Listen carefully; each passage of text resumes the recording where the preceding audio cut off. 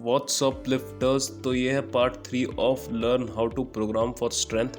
Part 1 में हमने discuss की ट्रेनिंग एंड रिकवरी। पार्ट 2 में हमने डिस्कस करा linear progression for novices and intermediate lifter. तो आज हम डिस्कस करेंगे what would be the next step when you get bigger and stronger to a certain point. तो उसके बाद आप लीनियर प्रोग्रेशन को बार बार फॉलो नहीं कर सकते हो। When you get to that sticking point कि अब आप लीनियर प्रोग्रेशन में प्रोग्रेस ही नहीं कर पा रहे हो, तो उसे बार बार रिसाइकल करने का मतलब नहीं बनता।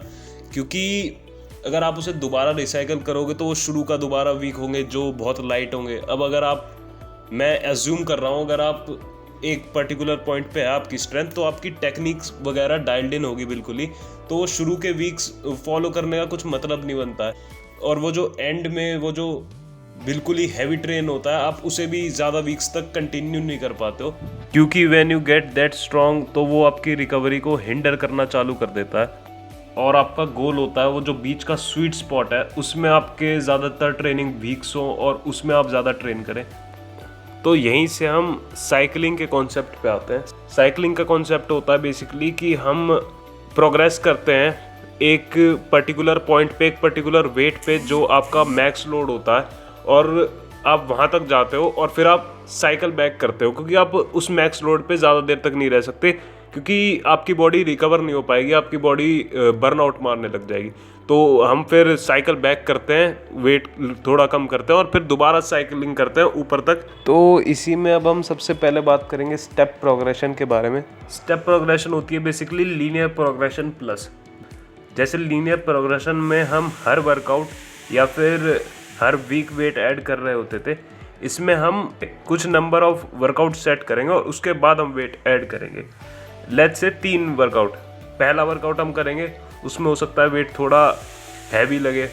दूसरा वर्कआउट हम करेंगे सेम वेट से सेम सेट्स के लिए एंड सेम रेप्स के लिए, वो थोड़ा हमारी बॉडी एडजस्ट करेगी उसके हिसाब से, फिर थोड़ी सी ग्रोथ भी होगी शायद से। फिर हम तीसरा वर्कआउट करेंगे, वो थोड़ा बस इसलिए होगा प्रिपेयर करने के लिए, और फिर हम चौथे वर्कआउट में वेट ऐड करेंगे और फिर ऐसे ही उस वेट को भी 3 वर्कआउट्स के लिए ऐसे हम इसको रिपीट करेंगे। इसका फ़ायदा क्या होता है, क्योंकि देखो प्रोग्रेसिव ओवरलोड करते हुए तो हमारी बॉडी ग्रो करती ही करती है, बट अगर हम सेम ही चीज़ करते रहेंगे तो उसमें भी हमारी बॉडी ग्रो करती है, बस उतने ज़्यादा लेवल से नहीं करती है।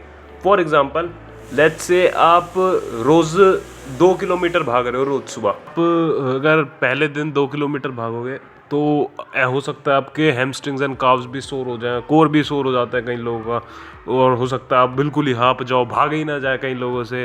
पर अगर आप जैसे एक हफ्ता भागोगे तो आपको धीरे धीरे आपकी बॉडी उस हिसाब से अडेप्ट कर लेगी। ऐसे एक हफ्ते के बाद हो सकता है आपको लगे भी ना कुछ कि यार ये डिस्टेंस तो बहुत कम है, हो सकता है मैं 1 किलोमीटर और बढ़ा दूं। सो सेम चीज़ होती है, अगर आप प्रोग्रेसिव ओवरलोड नहीं करते हो, आप सेम चीज़ भी करते रहते हो, तो आपकी बॉडी उसमें भी ग्रो करती है, बस उस हिसाब से नहीं करती है। और उसी प्रिंसिपल पे स्टेप प्रोग्रेशन बेस्ड है। ऐसे कोई स्टेप प्रोग्रेशन पे बेस्ड प्रोग्राम नहीं है स्पेसिफिकली, पर स्टेप प्रोग्रेशन एक अच्छा कॉन्सेप्ट है। आप इसको अपनी वेव्स वगैरह में भी ऐड कर सकते हो, और इसको हम आगे थोड़ा और डिस्कस करेंगे जब हम इसको ऐड करेंगे, तो इसको एक बार ध्यान में रख लो। तो नेक्स्ट है वेव प्रोग्रेशन।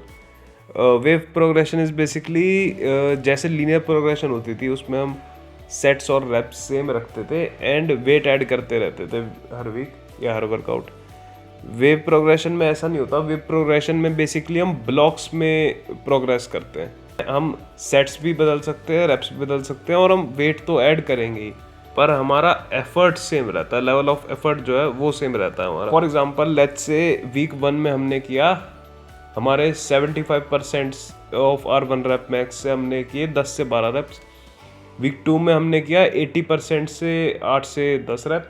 देन वीक 3 में किया हमने 85% से 6 से 8 रैप। देन नेक्स्ट वीक हमने इसी साइकिल को दोबारा रिपीट किया बट हैवियर। जैसे मान लो पहले ब्लॉक में हमने अपना PR 100 किलो लिया था, तो इस बार उसमें हम 2.5 किलो या 5 किलो ऐड करके तब उससे परसेंटेज लेंगे 75%, 80%। इसका सबसे फेमस एग्जांपल है 531। वैसे इसकी काफ़ी सारी वेरिएशंस हैं, पर मैं यहाँ पे 3 वेरिएशंस दे रहा हूँ जिन्हें आप फॉलो कर सकते हो।